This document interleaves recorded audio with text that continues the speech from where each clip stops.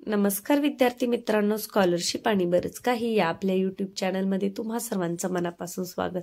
आज आपण कालच्या व्हिडिओमध्ये जे प्रश्नपत्रिका क्रमांक 9चे प्रश्न पाहिले होते त्यातील राहिलेले प्रश्न आजच्या व्हिडिओमध्ये आपण समजून घेणार आहोत. त्याआधीच चॅनलवर नवीन असाल तर चॅनलला सबस्क्राईब करा आणि या अगोदर प्रश्नपत्रिकांचे भरपूर व्हिडिओ आपले बनवून झालेले आहेत ते सुद्धा पहा, म्हणजे येणाऱ्या परीक्षेला तुम्हाला त्याचा नक्कीच फायदा होईल. चला तर मग आजच्या व्हिडिओला सुरुवात करूयात. पहा, काल आपण प्रश्न क्रमांक 46 पर्यंतचे प्रश्न पाहिलेले आहेत. तर आज पुढचे प्रश्न पाहूयात. 7/13 अधिक 5/13 बरोबर किती? आता छेद 13 सारखंच आहे, म्हणजे छेद तसाच राहील आणि फक्त अंशांची काय होईल? बेरीज होईल. मग 7 आणि 5 किती होतात? 12 म्हणजे 12/13. कुठे आहे 12/13? पर्याय क्रमांक 3. पुढचा प्रश्न पहा. 3 मीटर 9 सेंटीमीटर बरोबर किती? आता 1 मीटर बरोबर किती? 100 सेंटीमीटर. मग 3 मीटर आणि 9 सेंटीमीटर बरोबर किती येईल? किती होईल? 3 मीटर आणि 9 सेंटीमीटर बरोबर 309 सेंटीमीटर. कारण 1 मीटर बरोबर 100 सेंटीमीटर. मग 3 मीटरचे 300 आणि हे 309 सेंटीमीटर. हा प्रश्न आपला राहिलाय. पहा, सोबतच्या आकृतीमधील रेखांकित भाग दर्शवणाऱ्या अपूर्णांकाचे वाचन कसे कराल? कसे करणार? किती भाग आहेत? 1 2 3 4 5 6. 6 पैकी किती रंगवले? 2 3 4 म्हणजे 4/6. अगदी बरोबर, 4/6. पर्याय क्रमांक 4. आता पहा, रोज अर्धा लिटर दूध विकत घेतले तर एका आठवड्यात घेतलेले एकूण दूध किती लिटर होईल? आता एका आठवड्यामध्ये दिवस किती असतात? 7. मग रोज अर्धा लिटर, एका आठवड्यामध्ये 7 दिवस. रोज अर्धा लिटर म्हणजे 500 मिलीलिटर. मग 500 गुणिले 7 करा. हे 2 शून्य आहे असे ठेवून द्या. 7 5 35 आणि 3 घरानंतर पॉइंट ठेवून द्या. म्हणजे 3 लिटरांची 500 मिलीलिटर म्हणजे किती दूध होईल? ते 3.5 लिटर. पर्याय क्रमांक 4. पुढे पहा, 31 डिसेंबर 2011 रोजी शनिवार असेल तर सन 2012च्या वर्षी प्रजासत्ताक दिन कोणत्या वारी असेल? आता पहा, 31 डिसेंबरला जर शनिवार असेल तर मग 1 जानेवारीला कोणता वार असणार आहे? 1 जानेवारीला रविवार असणार आहे. कारण 31 डिसेंबरला शनिवार आहे ना, मग 1 जानेवारीला रविवार असणार आहे. आपल्याला काय विचारले? प्रजासत्ताक दिनी. प्रजासत्ताक दिन केव्हा असतो? 26 जानेवारी. म्हणजे आपल्याला 26 तारखेचा वार काढायचा आहे. मग आपल्याला 1 तारखेचा वार कळालाय रविवार. अधिक 7 करा म्हणजे 8 तारखेला सुद्धा रविवार. पुढची तारीख काढायची असेल अधिक 7 करत जा. मागची तारीख काढायची असेल तर वजा 7. पुन्हा अधिक 7 करा. 7 आणि 7 14 आणि 1 15. 15ला कोणता आला? रविवार. आता पुन्हा 7 मिळवा. 15 आणि 7 किती होतात? 22. 22 तारखेला पण कोणता वार आला? रविवार आलेला आहे. मग 22ला जर रविवार आला तर 23 24 25 आणि 26. आपल्याला 26 पर्यंत जायचे.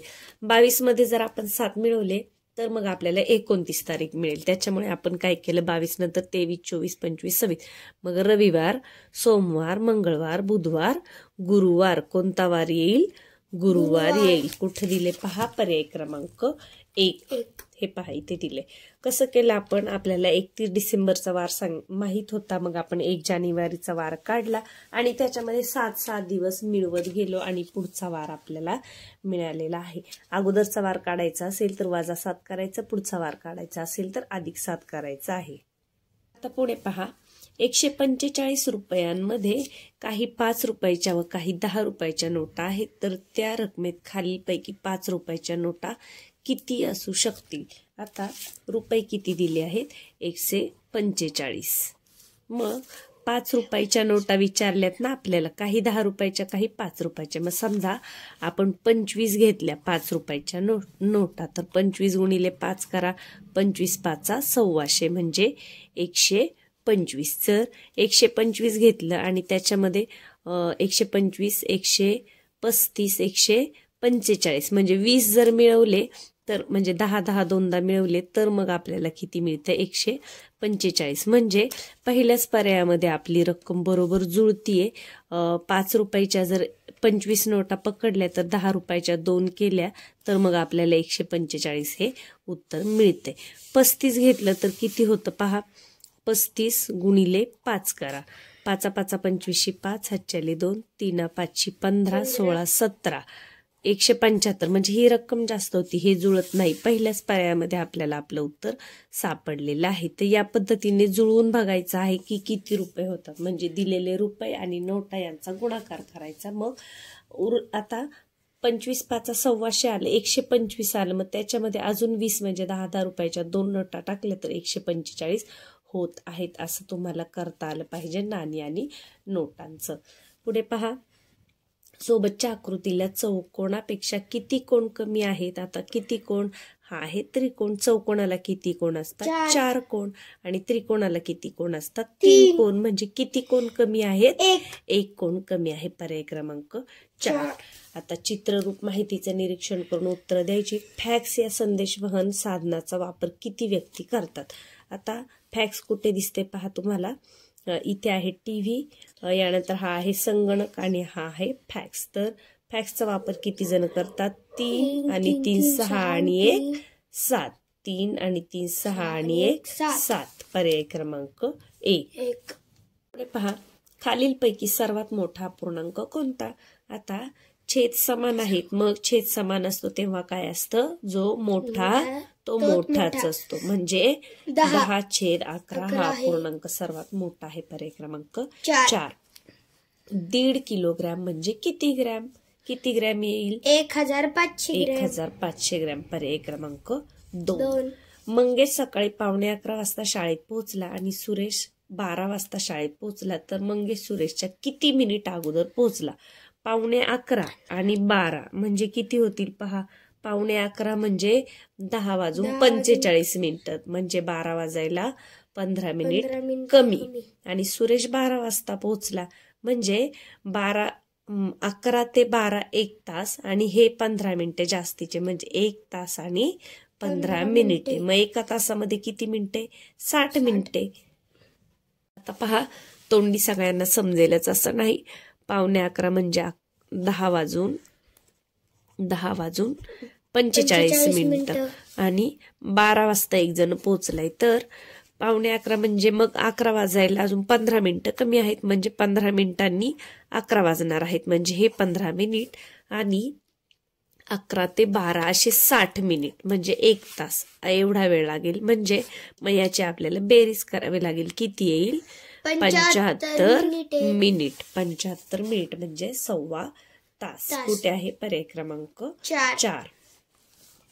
पुढे पहा, 15/17 वजा 10/17 किती. छेद सारखे आहे त्याच्यामुळे फक्त अंशांची काय होईल वजाबाकी होईल. 15 मधून आपल्याला 10 वजा करायचे म्हणजे किती होतील 5/17. पर्याय क्रमांक 4. खालीलपैकी कोणती आकृती रेषेची नाही. आता पहा, ही रेषा आहे, ही पण रेषा आहे, ही पण आहे, ही नाही, हे नाही. हा रेषाखंड आहे. याला रेषाखंड म्हणतात. पुढे पहा, खालीलपैकी चुकीच्या विधानाचा पर्याय शोधा. चौरसाला 6 बाजू असतात. आता हे चुकीचं विधान आहे. पहिलं चौरसाला 4 बाजू असतात. आयताला 4 शिरोबिंदू असतात. बरोबर आहे. आयताचे सर्व कोण काटकोन असतात. बरोबर आहे. चौरसाच्या समोरासमोरील बाजू समान लांबीच्या नसतात. हे चुकीचं आहे. चौरसाच्या सर्व बाजू समान लांबीच्या असतात. म्हणजे अ आणि ड चुकीचं आहे. चुकीचं विधान ओळखायचंय आपल्याला. ते कोणतं आहे अ आणि ड. कुठे आहे अ आणि ड. पर्याय क्रमांक 1 मध्ये. आता 1 ते 100 या संख्यांमध्ये एकक स्थानी व दशक स्थानी समान अंक असलेल्या एकूण संख्या किती आहेत.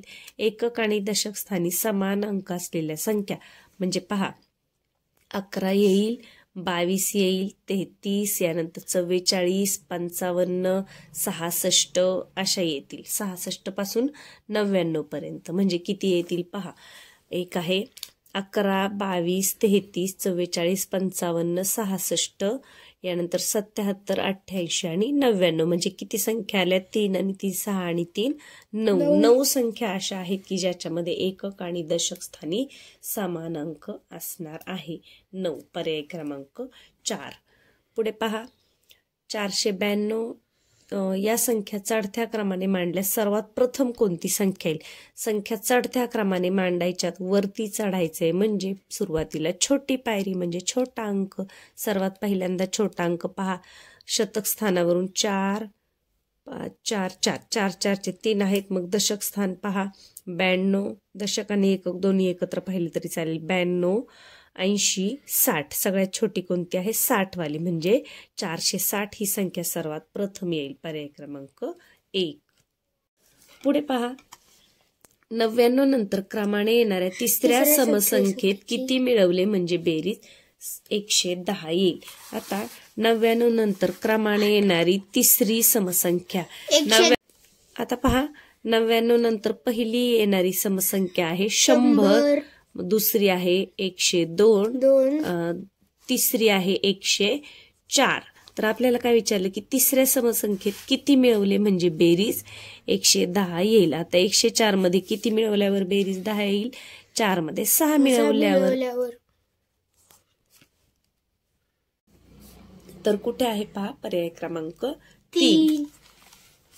पुढे पहा 19/21, 7/21, 2/21 किती? आता छेद समान आहे, मग काय करायचं? अंशांची आपल्याला वजाबाकी करावी लागणार आहे. परंतु इथे पहा आता इथं सुरुवातीला काय करायचंय? हे 2 वजा आहेत तर वजा यांची कधीही पहिल्यांदा बेरीज करायची असते आणि वजा चिन्ह द्यायचं असतं. म्हणजे 19/21 वजा 7 आणि 2 9/21 छेद आहे असंच ठेवलाय आपण.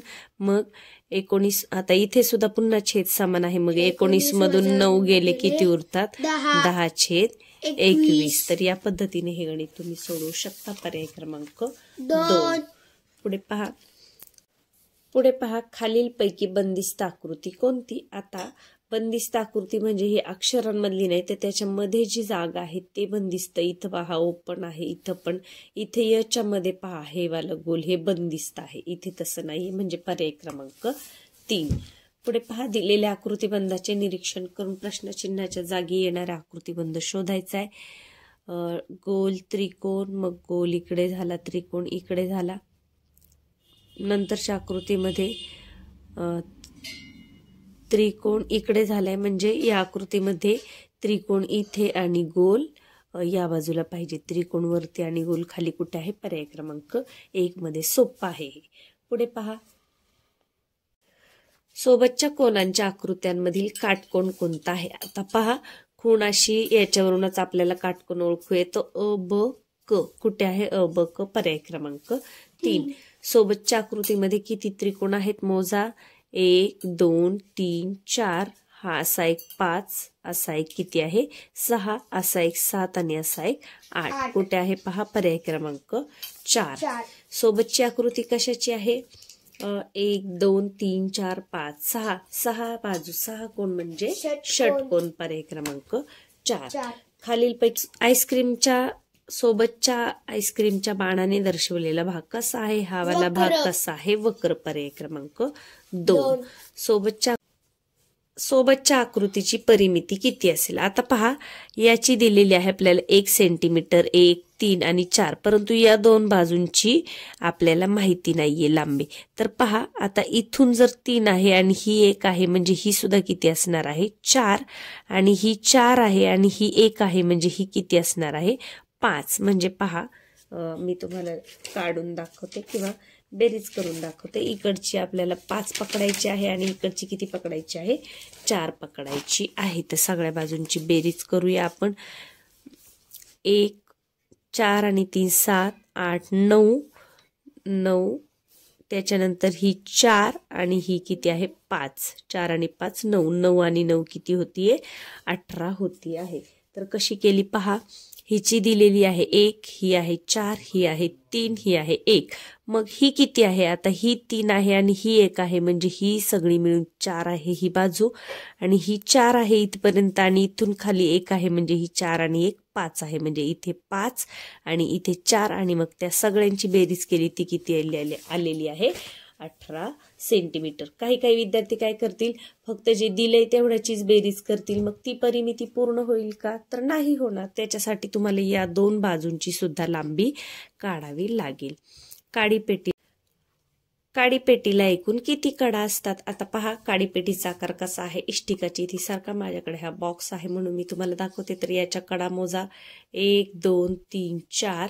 यानंतर इकडच्या सेम 5 6 7 8. इकडचे 9 10 आणि 11 12. किती कडा असतात? 12 कडा असतात. पर्याय क्रमांक 3. आणि या प्रश्नपत्रिकेतील शेवटचा प्रश्न आहे, खालीलपैकी लीप वर्ष कोणते नाही? 2000 हे लीप वर्ष आहे, 2008 हे लीप वर्ष आहे, 2012 सुद्धा लीप वर्ष आहे, 2010 लीप वर्ष नाहीये, 2010ला 4ने भाग जात नाही. आणि असंही भाग घालवत बसण्यापेक्षा लीप वर्ष तुम्ही लक्षात सुद्धा ठेवू शकता. 2000, त्यानंतर 4 वर्षांनी 2004, पुन्हा 4 मिळवा 2008, पुन्हा 4 मिळवा 2012 हे लीप वर्ष येतं. 2010 लीप वर्ष येत नाही. आत्ताचं 2024 हे सुद्धा कसं आहे? लीप वर्ष आहे, आणि फेब्रुवारी महिन्यामध्ये 29 दिवस आहेत. तर कालच्या राहिलेल्या प्रश्नपत्रिकेतील उदाहरणं आज आपण समजून घेतलेली आहेत. व्हिडिओ कसा वाटला? आवडला असेल तर लाईक करायला अजिबात विसरू नका. एखादं गणित जर तुम्हाला समजलं नसेल तर व्हिडिओ पुन्हा पहा. आता 1-2 प्रश्न या प्रश्नपत्रिकेत असे आहेत की ज्याच्यामध्ये थोडीशी प्रिंटिंग मिस्टेक आहे, तर काही हरकत नाही. बाकीचे प्रश्न तुम्ही स्वतः सोडवा, म्हणजे परीक्षेला कसाही प्रश्न आला तरी तुम्हाला तो लिहिता येणार आहे. चला तर मग पुन्हा भेटूया पुढच्या व्हिडिओमध्ये.